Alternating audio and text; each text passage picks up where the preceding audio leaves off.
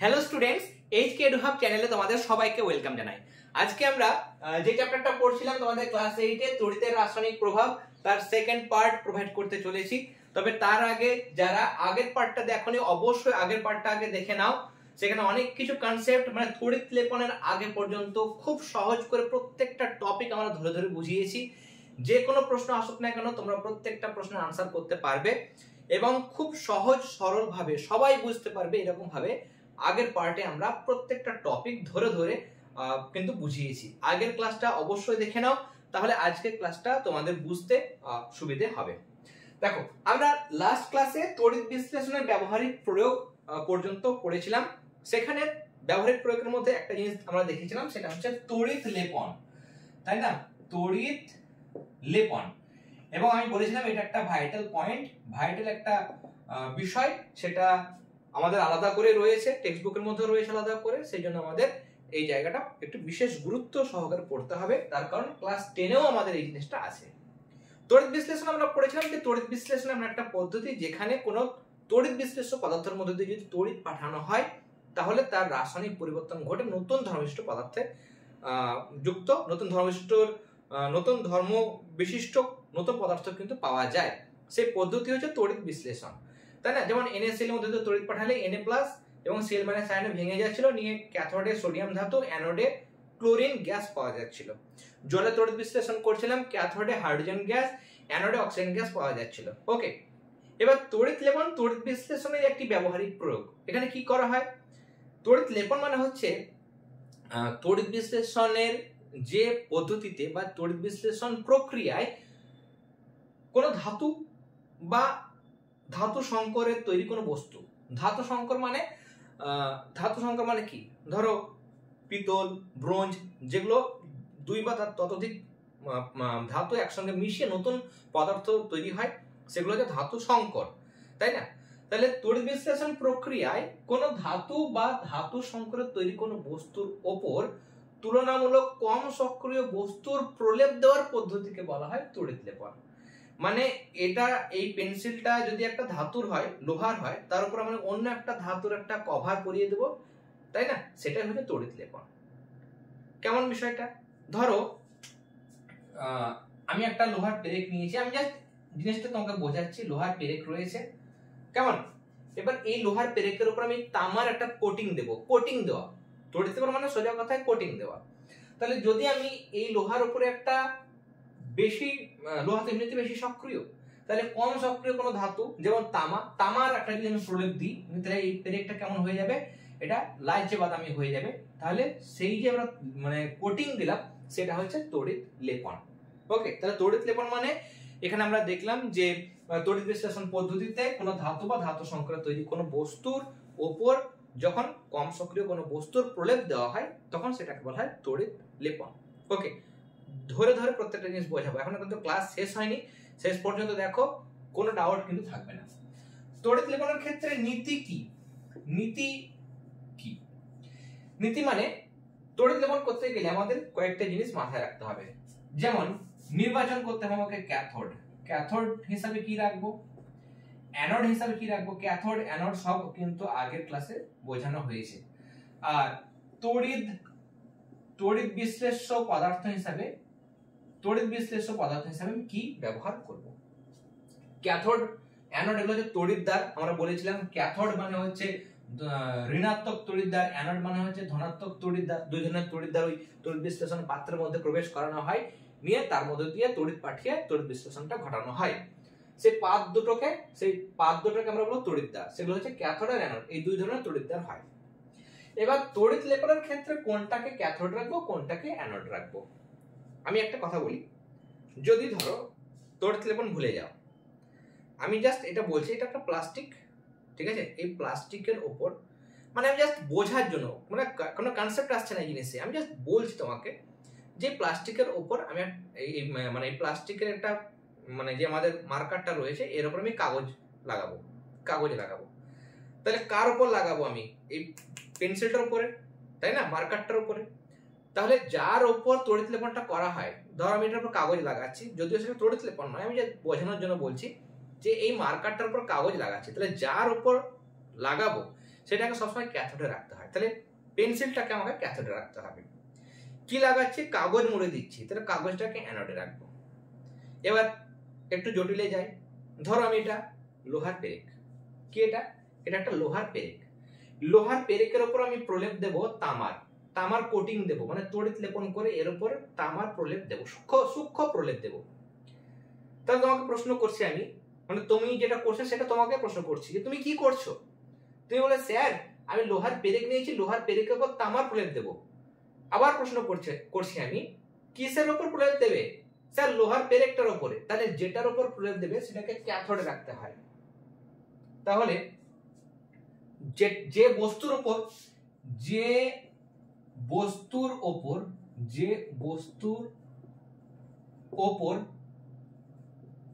প্রলেপ দেওয়া হয় বা তড়িৎ লেপন পদ্ধতিতে কি করা হয়? প্রলেপ দেওয়া হয়, সেটাকে আমরা ক্যাথোড হিসেবে রাখবো। তড়িৎ লেপন পদ্ধতিতে যে বস্তুর উপর তড়িৎ লেপন পদ্ধতিতে প্রলেপ দেওয়া হয় তাকে আমরা ক্যাথোডে রাখবো। তাহলে এই লোহার পেরেকের উপর আমরা প্রলেপ দিচ্ছি তামার, কিসের উপর দিচ্ছি? লোহার পেরেকের উপরে, তাই জন্য লোহার পেরেকটা ক্যাথোডে রাখলাম। আবার আমি প্রশ্ন করছি, লোহার পেরেকের উপর কিসের প্রলেপ দিতে চাইছো? তামার প্রলেপ। তাহলে যে জিনিসের, যে বস্তুর প্রলেপ দেওয়া হয় সেটাকে অ্যানোডে রাখবো। তাহলে যে বস্তুটার উপরে প্রলেপ দেবো সেটা ক্যাথোড, আর যে বস্তু না বলে আমি যদি ধাতু বলি আরো ভালো হবে। তাহলে যে ধাতুর, এখানে দেখলাম আমি, যে ধাতুর প্রলেপ দেওয়া হয়, যে ধাতুর প্রলেপ দেওয়া হয়, ওকে, সেটাকে আমরা অ্যানোডে রাখবো। এবার এই লোহার পেরেকের উপরে তামার প্রলেপ দেবো, তাহলে লোহার পেরেকটা চলে যাবে ক্যাথোডে, তামার একটা পাত নেব, বিশুদ্ধ তামার পাত, সেটা চলে যাবে অ্যানোডে। তড়িৎ বিশ্লেষ্য কি? অ্যানোডে আমি যে জিনিসটা রেখেছি, মানে যে জিনিসের প্রলেপ দেবো তার একটা দ্রাব্য লবণ, জলে দ্রাব্য লবণকে আমরা তড়িৎ বিশ্লেষ্য হিসেবে ব্যবহার করব। তাহলে আমি যদি এখানে লোহার উপরে তামার প্রলেপ দিই, তাহলে তামার একটা দ্রাব্য লবণ যেমন কপার সালফেট, সেটাকে আমরা কি করব? সেটাকে আমরা তড়িৎ বিশ্লেষ্য হিসাবে কিন্তু ব্যবহার করব। তাহলে যে ধাতুর প্রলেপ লেখার প্রয়োজন হয় না, তবু আমি লিখি প্রলেপ দেওয়া হয়, তার একটি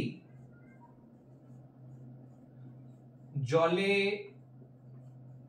দ্রাব্য লবণের কি ইউজ করব আমরা? জলীয় দ্রবণ, সেটাকে আমরা তড়িৎ বিশ্লেষ্য হিসেবে ব্যবহার করব। তাহলে ক্যাথোডে কি রাখবো, অ্যানোডে কি রাখবো, তড়িৎ বিশ্লেষ্যতে কি রাখবো, সেটা আমরা দেখলাম। ওকে, তার কারণ হচ্ছে তড়িৎ লেপন যখনই করবো আমরা, এই তড়িৎ লেপন আমরা করছি, তাহলে তড়িৎ লেপন করার সময় এখানে তড়িৎ বিশ্লেষ্য পদার্থ রাখছি, সেই তড়িৎ বিশ্লেষ্য পদার্থ আমাকে লাগছে, তাই না?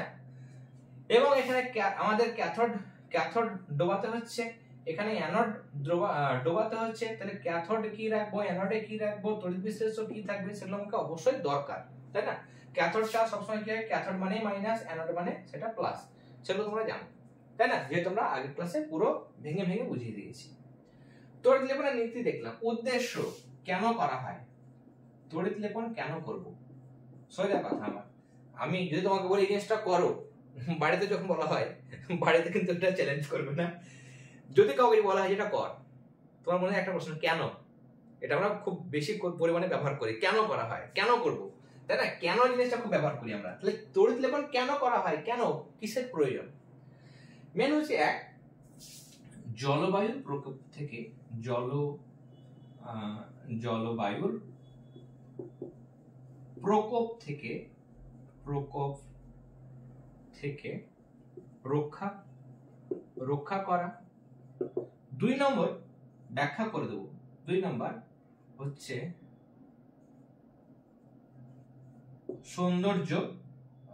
সৌন্দর্য বৃদ্ধি বা উজ্জ্বলতা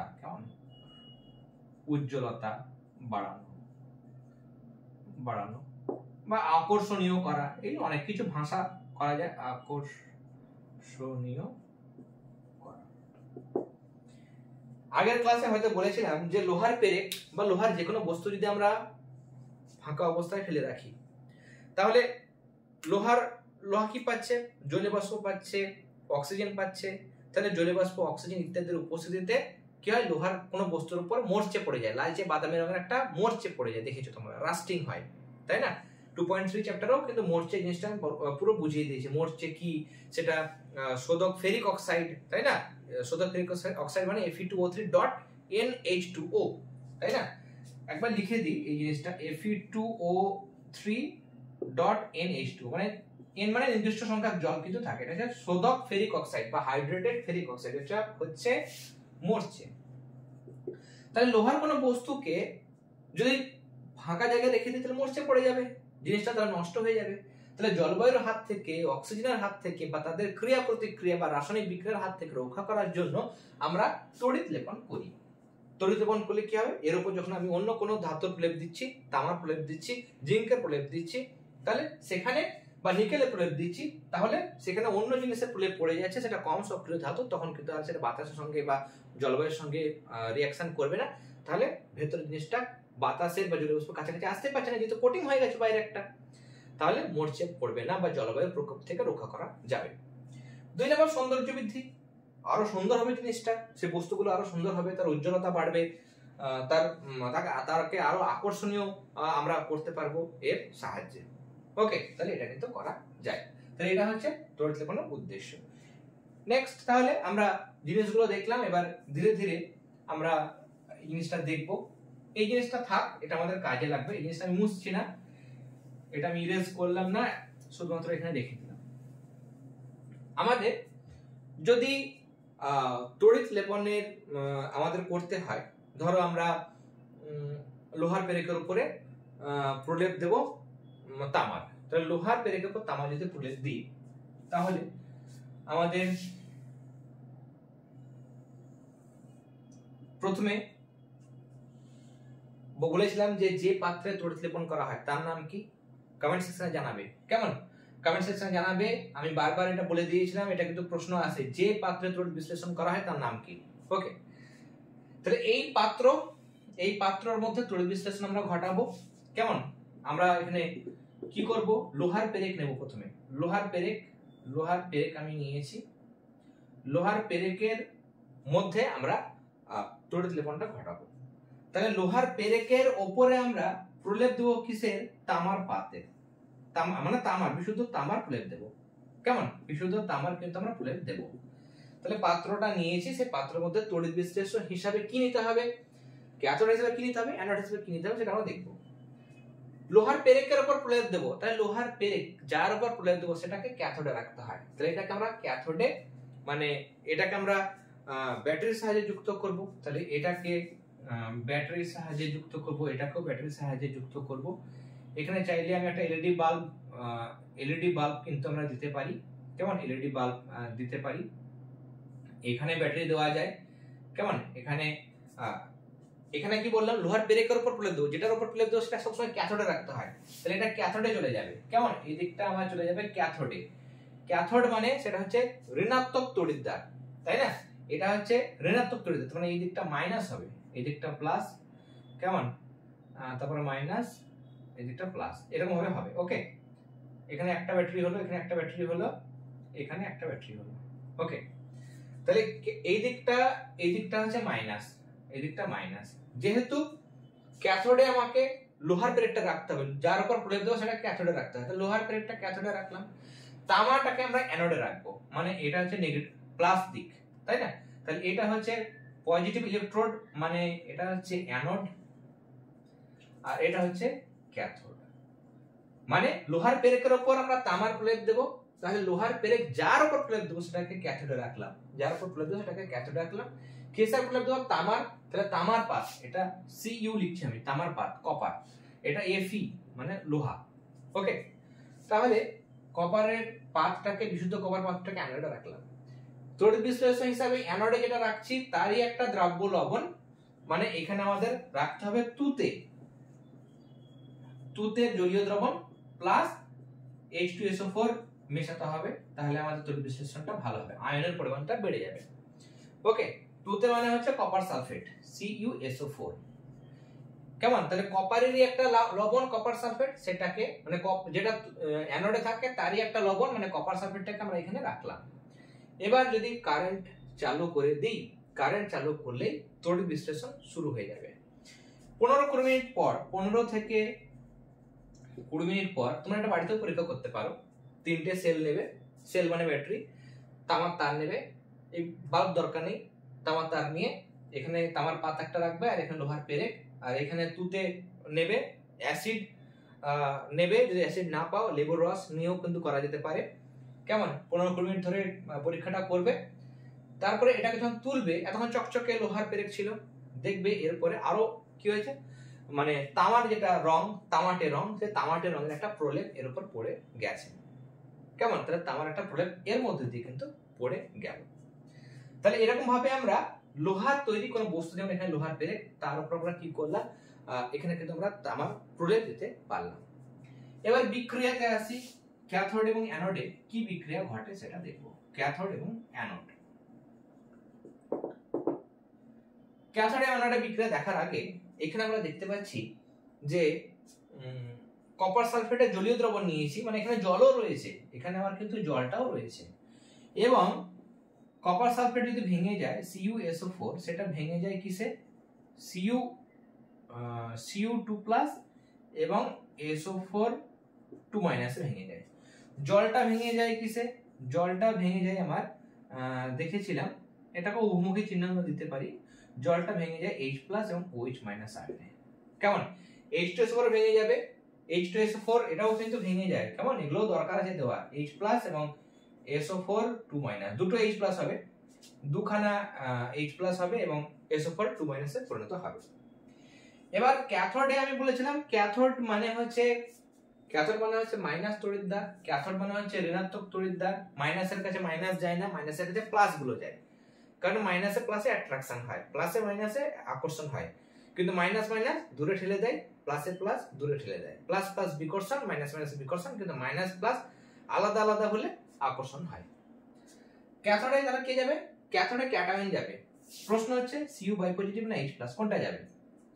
এখানে দেখা যায় তড়িৎ রাসায়নিক শ্রেণী যখন তোমরা পড়বে, সেখানে দেখবে যে উঁচু ক্লাসে যেগুলো রয়েছে তড়িৎ রাসায়নিক শ্রেণীর হিসাব অনুযায়ী আধান মুক্তির ক্রম যদি দেখি, তাহলে H+ এর থেকে Cu বাই পজিটিভ আয়নের আধান মুক্তির ক্রম বেশি, মানে এরা আগে ক্যাথোডে যাওয়ার প্রবণতা হাইড্রোজেনের থেকে Cu বাই পজিটিভ এর বেশি, তাহলে এ কিন্তু ক্যাথোডে যাবে।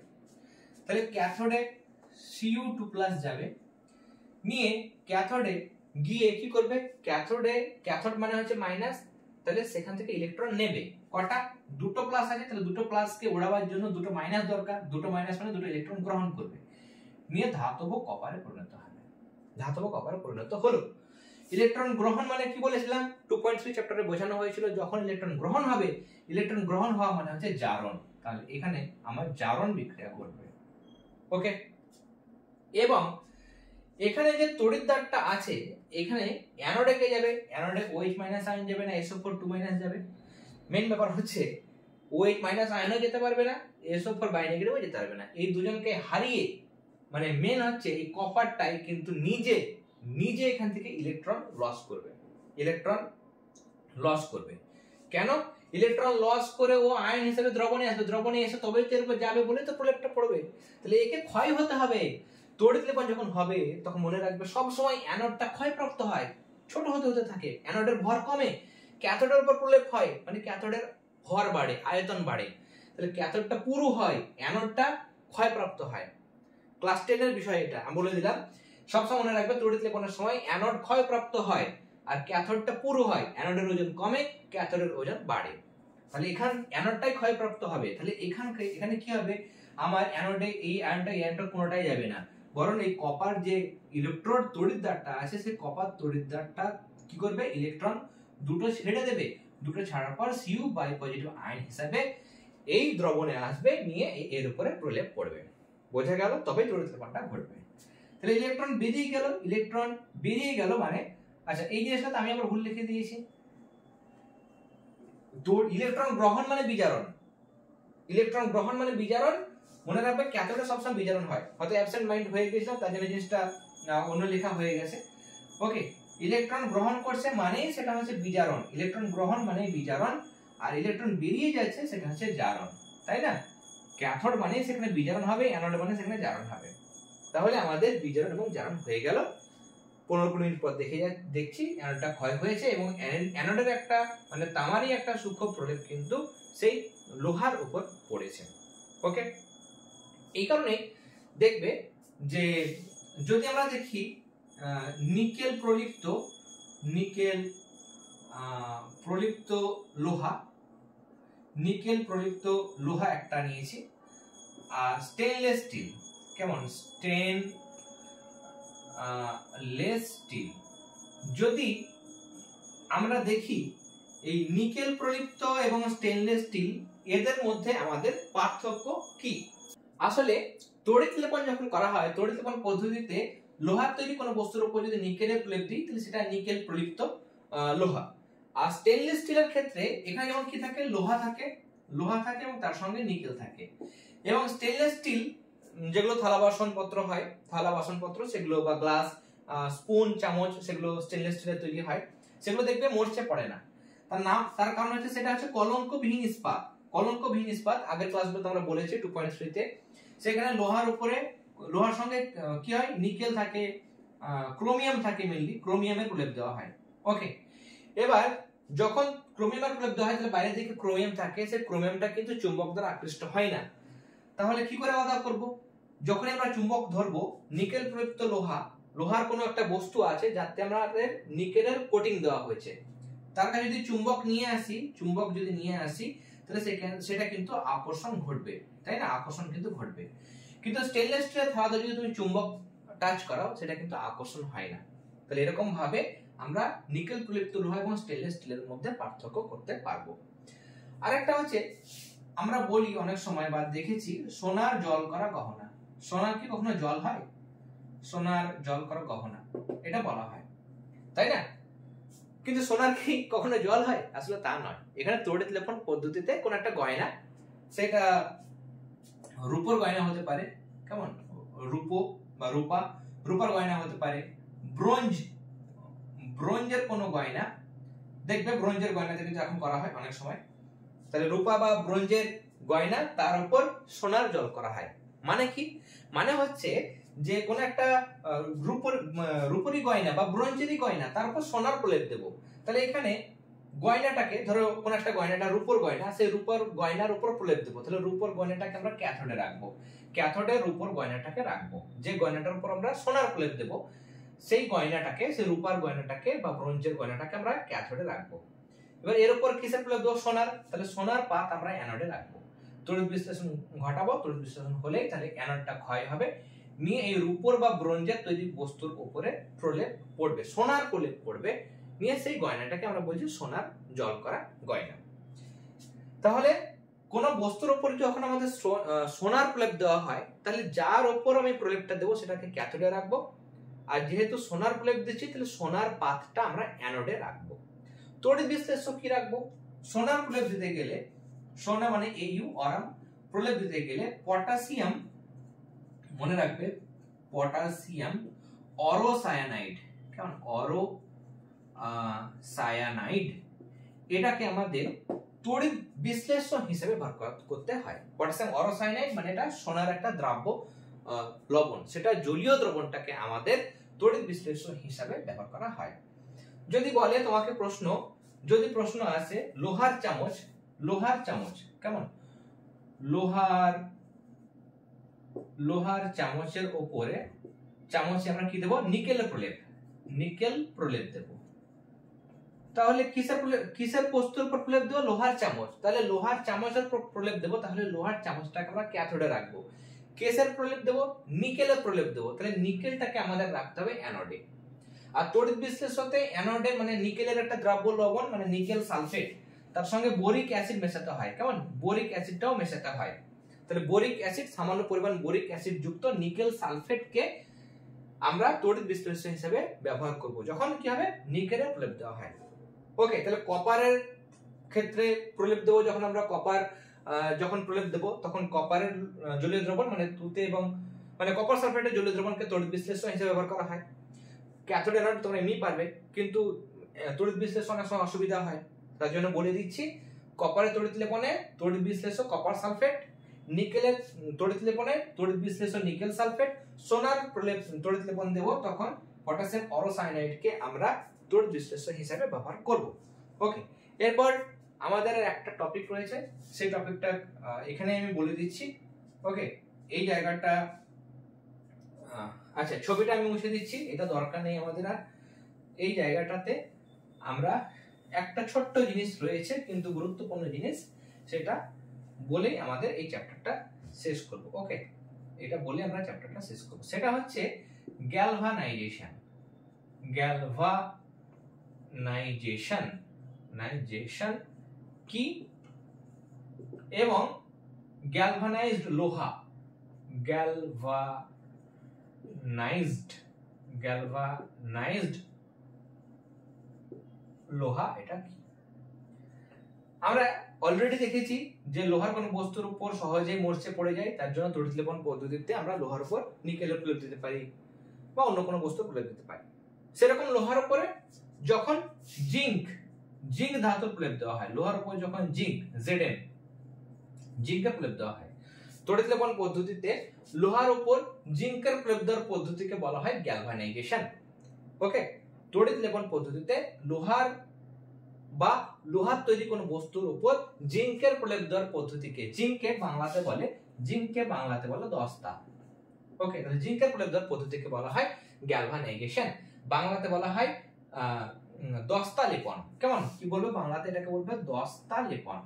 ওকে, দস্তা লেপন। এবং গ্যালভানাইজেশন পদ্ধতিতে যে লোহাটা পাওয়া যাচ্ছে, জিঙ্ক প্রলিপ্ত যে লোহাটা পাওয়া যায়, সেটাকে বলা হয় গ্যালভানাইজড লোহা। মানে গ্যালভানাইজেশন হয়ে গেল, লোহার উপর জিঙ্কের বা দস্তার প্রলেপ পড়ে গেল, সেটাকে আমরা বলবো গ্যালভানাইজড লোহা, বা এটাকে বলবো দস্তা প্রলিপ্ত লোহা। ওকে, এই টপিকটাই ছিল। বাকি চ্যাপ্টার থেকে পুরো যাবতীয় যা কিছু আছে সবগুলো আলোচনা করা হয়ে গেল। এই চ্যাপ্টার থেকে তোমরা মূলত তড়িৎ লেপন কাকে বলে, মানে প্রথম থেকে যদি আমরা বলি তড়িৎ বিশ্লেষ্য কাকে বলে, মৃদু তড়িৎ বিশ্লেষ্য কাকে বলে, তীব্র তড়িৎ বিশ্লেষ্য পদার্থ কাকে বলে, কয়েকটা বস্তু দিল তাদের মধ্যে কোনটা তড়িৎ বিশ্লেষ্য, কোনটা ইলেকট্রনীয় পরিবাহী, বা কোনটা মৃদু তড়িৎ বিশ্লেষ্য উদাহরণ দাও। এই জায়গাগুলো তড়িৎ লেপন কাকে বলে, তড়িৎ বিশ্লেষণ কাকে বলে, ভোল্টামিটার কি, তড়িৎ বিশ্লেষণ পদ্ধতির ব্যবহারিক প্রয়োগ, দারুণ ইম্পর্টেন্ট, 2 নম্বর বা 3 নম্বরের জন্য তোমাদের কিন্তু আসবে। ওকে, তড়িৎ লেপনের ব্যবহারিক প্রয়োগ, তড়িৎ লেপন পদ্ধতিতে এর নীতি কি, তড়িৎ লেপনের উদ্দেশ্য কি, তড়িৎ লেপনে ক্যাথোড অ্যানোড তড়িৎ বিশ্লেষ্য হিসেবে কি কি ব্যবহার করা হয়, লোহার উপর নিকেল প্রলেপ দিতে গেলে ক্যাথোড অ্যানোড তড়িৎ বিশ্লেষ্য কি, লোহার উপর তামার প্রলেপ দেবো, বা এরকম ভাবে যে কোনো জিনিসের প্রলেপ দিতে গেলে ক্যাথোড অ্যানোড তড়িৎ বিশ্লেষ্য হিসেবে কি ব্যবহার করা হয়, এরকম প্রশ্ন কিন্তু দেয়। ওকে, সেই জায়গাগুলো দেখবে। গ্যালভানাইজেশন কাকে বলে সেরকম তোমরা কিন্তু জায়গাগুলো দেখবে। যদি প্রশ্ন আসে পারদ কি তড়িৎ বিশ্লেষ্য, যদি প্রশ্ন আসে পারদ কি তড়িৎ বিশ্লেষ্য, আমরা আগের ক্লাসে বলেছিলাম পারদ কিন্তু তড়িৎ বিশ্লেষ্য নয়। পারদ হচ্ছে একটা তরল ধাতু, তার মধ্যে দিয়ে তড়িৎ যায়, যেমন একটা লোহা বা তামার তার, ধাতব পরিবাহী যেগুলো, তার মধ্যে দিয়ে যখন তড়িৎ যায় তখন তার মধ্যে থাকা মুক্ত ইলেকট্রনগুলো তড়িৎ পরিবহন করে, কিন্তু তার ফলে এর রাসায়নিক পরিবর্তন কিছু ঘটে না। কিন্তু তড়িৎ বিশ্লেষ্যগুলোর মধ্যে দিয়ে যখন তড়িৎ যায় তখন তাদের রাসায়নিক পরিবর্তন ঘটে, নতুন পদার্থ উৎপন্ন হয়। কিন্তু পারদ তো কোনো যৌগ নয়, সেটা তো মৌলিক পদার্থ। এটা পারদ হচ্ছে Hg, মার্কিউরি, মৌলিক পদার্থ, এটা কিন্তু যৌগ নয়। তাহলে পারদের মধ্যে দিয়ে যদি আমরা কারেন্ট পাঠাই, পারদের মধ্যে থাকা ইলেকট্রনগুলো তড়িৎ পরিবহন করবে, এর মধ্যে ক্যাটায়ন আয়ন থাকে না, এটা যৌগ নয় যে ক্যাটায়ন আয়ন ভেঙে যাবে, তাই না? তাহলে পারদের মধ্যে তড়িৎ পাঠালে সে কি হবে, তার মধ্যে থাকা ইলেকট্রনগুলো তড়িৎ পরিবহন করবে, তার ফলে কিন্তু এর কোনো রাসায়নিক পরিবর্তন ঘটবে না বা ক্যাটায়ন আয়নে ভেঙে যাবে না। তাহলে পারদ শুধুমাত্র তড়িতের পরিবাহী, এটা কিন্তু তড়িৎ বিশ্লেষ্য নয়। যদি প্রশ্ন আসে এখান থেকে মৌলিক পদার্থ কি তড়িৎ বিশ্লেষ্য হতে পারে, কখনো হতে পারে না। মৌলিক পদার্থ যেমন এই যে মার্কিউরি, মৌলিক পদার্থ মানে সে একটা জিনিস দিয়ে তৈরি, তাহলে সেটা ভেঙে কখনো ক্যাটায়ন আয়ন হবে না। যেমন যৌগিক পদার্থ NaCl এর কথা বললাম, সেটা ভেঙে গিয়ে Na++ Cl - ভেঙে যাচ্ছে। H2SO4 যখন ভাঙবে, এরা যৌগিক পদার্থ, যৌগ, কেমন যৌগ, এরা ভেঙে গিয়ে দুটো H+ R SO4 by negative বা 2 নেগেটিভ আয়নে ভেঙে যাচ্ছে। তাহলে ক্যাটায়ন আয়নে ভাঙছে, কিন্তু মৌলিক পদার্থ যেমন পারদ, সেগুলো কিন্তু ক্যাটায়ন আয়নে ভাঙে না। তাই জন্য মৌলিক পদার্থ তড়িতে পরিবাহী হতে পারে, কিন্তু তড়িৎ বিশ্লেষ্য হবে না। ওকে, তো দেখো পুরো চ্যাপ্টার আমাদের কমপ্লিট হয়ে গেল দুটো পার্টে। এই চ্যাপ্টারের পুরো একদম ভেতরে যাবতীয় যা কিছু কনসেপ্ট আছে সবগুলো খুব ডিটেইলসে কিন্তু আমরা তোমাদের সাথে আলোচনা করলাম। যারা আগের ক্লাসটা দেখোনি, আগের পার্টটা, বারবার বলছি আগের পার্টটা দেখে নিও, তাহলে দেখবে পুরো জিনিসটা তোমাদের কাছে জলের মতো কিন্তু একদম সহজ হয়ে যাবে এবং খুব সুন্দরভাবে প্রত্যেকটা প্রশ্নের আনসার তোমরা কিন্তু করে আসতে পারবে। ক্লাসটা কেমন লাগলো অবশ্যই কমেন্ট সেকশনে জানাবে। ক্লাসটি ভালো লেগে থাকলে অবশ্যই ক্লাসটাতে লাইক দেবে। বারবার বলি, তোমরা যত ক্লাসগুলোতে লাইক দাও, কমেন্টে তোমাদের মতামত তোমরা দাও, সেগুলো আমাদের ভীষণভাবে মোটিভেশন দেয়। এবং যত বেশি তোমরা ক্লাসগুলোতে লাইক দাও, পাশাপাশি তোমাদের ফ্রেন্ড সার্কেলের মধ্যেও ক্লাসগুলো শেয়ার করো, তত বেশি আমাদের ভালো লাগে এবং তোমাদের উদ্দেশ্যে এরকম নতুন নতুন ক্লাস নিয়ে আসার চেষ্টা কিন্তু করি। ওকে, তাহলে লাইক দেবে, শেয়ার করবে এবং যারা এখনো পর্যন্ত চ্যানেলটি সাবস্ক্রাইব করনি অবশ্যই সাবস্ক্রাইব করে নিও। তাহলে আজকের ক্লাস আমরা এখানেই শেষ করলাম। তোমরা সবাই খুব ভালো থেকো। All the very best.